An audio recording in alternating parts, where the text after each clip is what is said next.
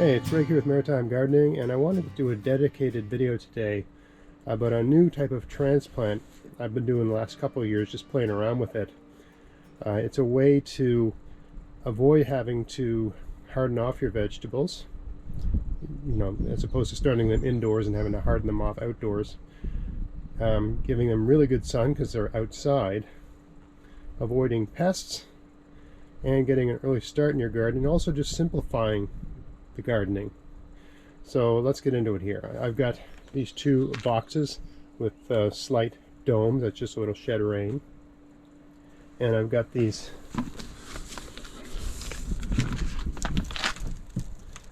seed trays in here. Okay, so in this one we've got lettuce here, this is cilantro, and there's one little one poking up there, but this is parsley.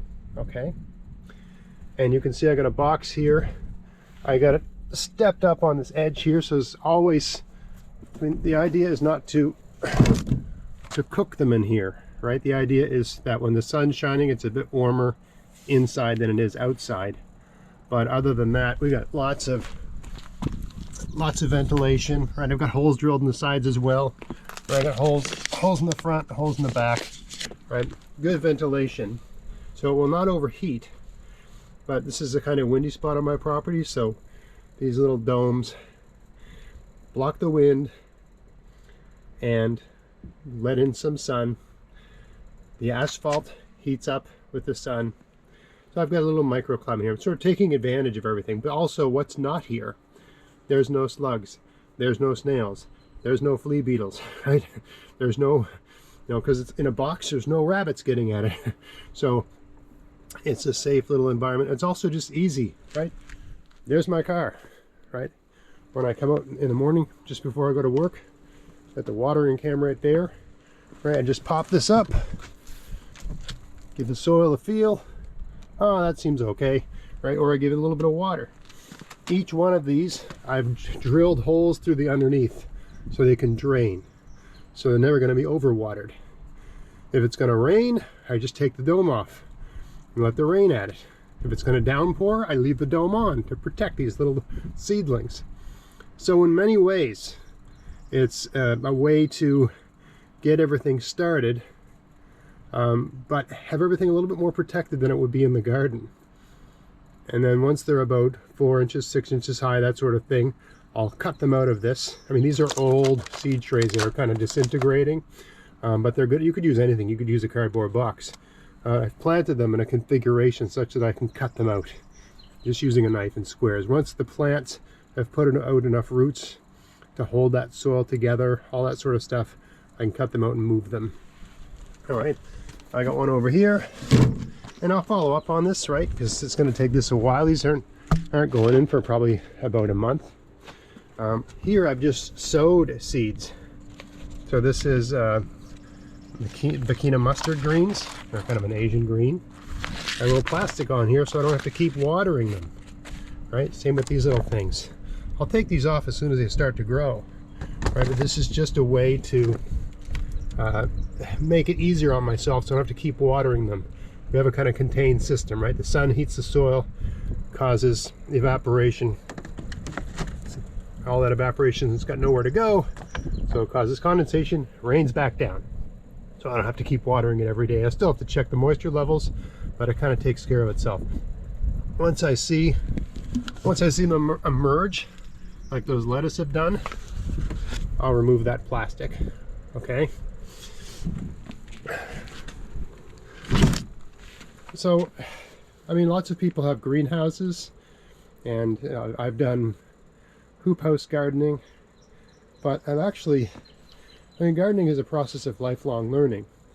This is smaller scale. It's way cheaper than a greenhouse. This is doing everything a greenhouse does, but they're made out of garbage. I mean, this is leftover PEX piping from when I did my downstairs bathroom, and this is leftover vapor barrier from when I did some work in my attic. These are just pieces of wood I found in someone's trash, right? It's a lot cheaper than a greenhouse. And as soon as it gets warm, I'm not going to need any of this stuff. I just put it away. it's small. And think about what the things I'm growing here, what they represent. I got 1, 2, 3, 4, 5, 6. So these will fill 6 4x8 beds. But instead of having to deal with any of that stuff right now, I'm just dealing with this little tiny area, right? Those gardens, I put a mulch on them so they, you know, I can get the beds ready. I can cover them with cardboard or paper or whatever, and just have them waiting for when these go in.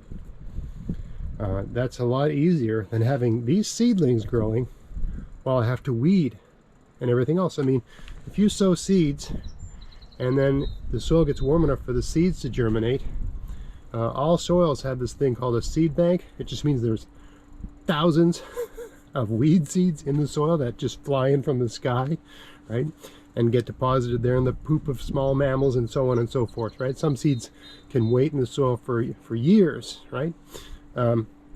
So if the soil is warm enough for your lettuce to germinate, it means all the early germinating seeds will germinate as well. You have to deal with those weeds while you're dealing with your seedlings.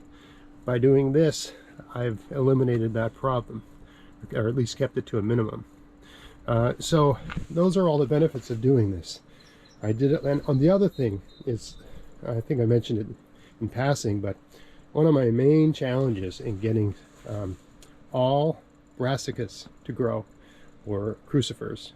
That is to say, plants in the mustard family like broccoli, cauliflower, Brussels sprouts, kale, collard greens, and so on. Okay, all of those, that family of plants, they are so pest ridden. That is to say, snails, slugs, flea beetles, caterpillars, love those things. Like the things I have planted here, lettuce, parsley, and cilantro, I don't find slugs and snails really bother these things too much. Same with flea beetles, they leave them alone. The thing I've got planted in the bottom here, this Bikina mustard greens, these are the most beset by pests you can possibly imagine. As soon as they emerge, they start getting attacked. And the only way to deal with that is to, you know, hit your soil with, you know, like just, I spray them with Safer's Endol, kind of organically approved pesticide. People will say you can cover the soil with cloth, you know, that sort of fine cloth. Flea beetles, they come out of the ground. So you're just holding them in, you're almost protecting them from birds and stuff. So, I mean, you can have success using cloth over vegetables, but that's only if there's no pests under the cloth, right? If there's all kinds of pests, like slugs and snails are underground, they sort of wait for the nighttime. So it'll only work if there's nothing coming at them and there's nothing in the soil to come up out of the soil. Anyway, this one here is Swiss chard. I find those tend to be relatively pest-free, like that is to say, slugs and snails don't like it. And this one here is kale, another thing that pests love, right? So by having them out here in this sort of desert, right, asphalt desert, there is no pests out here. They can't live out here. Right? This is my little driveway herb garden. It's sand. It's a desert. There's really no pests here. The only thing I grow here is herbs. None of the pests like them. You know, so I got oregano and rosemary and thyme and stuff like that. So it's kind of a pest-free zone. And by having these domes over, they're kind of protected from you know, rabbits and stuff like that. Although they tend to stay out of the driveway here because they're a little too vulnerable to their predators out here. They like to be, you know, closer to the edge of the woods, right? Anyway, that's the idea. I did this last year and it worked. I just don't think I filmed it that much. So this year I'm gonna do some more footage of it and sort of show you how things come along.